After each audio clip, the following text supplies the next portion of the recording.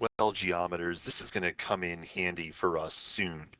Want to make sure we know what we talk about when we talk about a reflection. Your Euclidean understanding of reflections, which is the most basic isometry, is that you have some line L and you have some point P that's not on L. If it's on L, then, well, its reflection is itself. Your Euclidean understanding of reflection is that we draw a perpendicular to line L from point P, and then we copy this segment along the same ray. So we draw that ray that's perpendicular to line L, and whatever this distance is, we measure out that distance equally far, and that's P prime. If that's your understanding of reflection, it'll do for us. Hyperbolic geometry plays differently with reflections.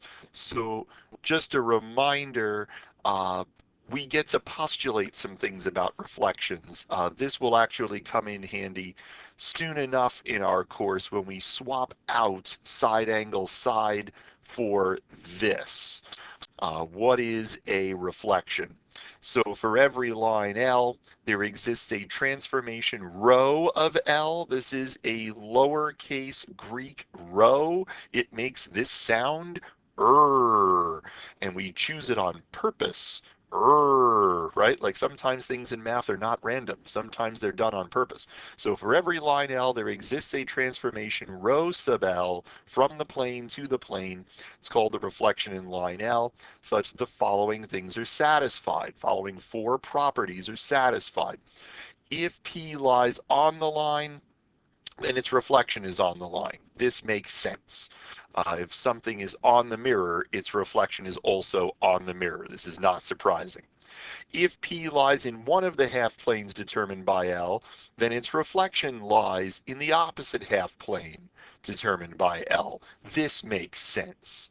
Rho sub L preserves collinearity. The reflection in L preserves collinearity. That is to say, if 3 points were collinear before we did the reflection, then the images of the 3 points in the reflection are also collinear.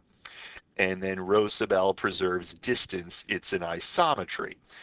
So distance from A to B is distance from A prime to B prime. Distance from B to C is distance from B prime to C prime.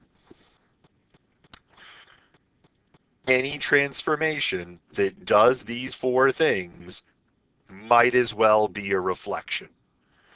So there exists a transformation. Our postulate is not going to say how that works because, quelle surprise, hyperbolic geometry does it differently than Euclidean geometry does.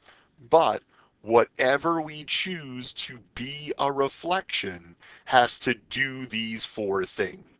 So that's just something to bear in mind. Your Euclidean understanding is going to get you really far in seeing how reflections should work and what they should do. And in fact, when you go into the discussion, which will happen before the next set of content, when you go into there, you're going to play with Euclidean reflections, and this understanding is going to do just fine there. That understanding is going to help you to see some things about some other transformations, and I'm not going to give that away. Okay, good.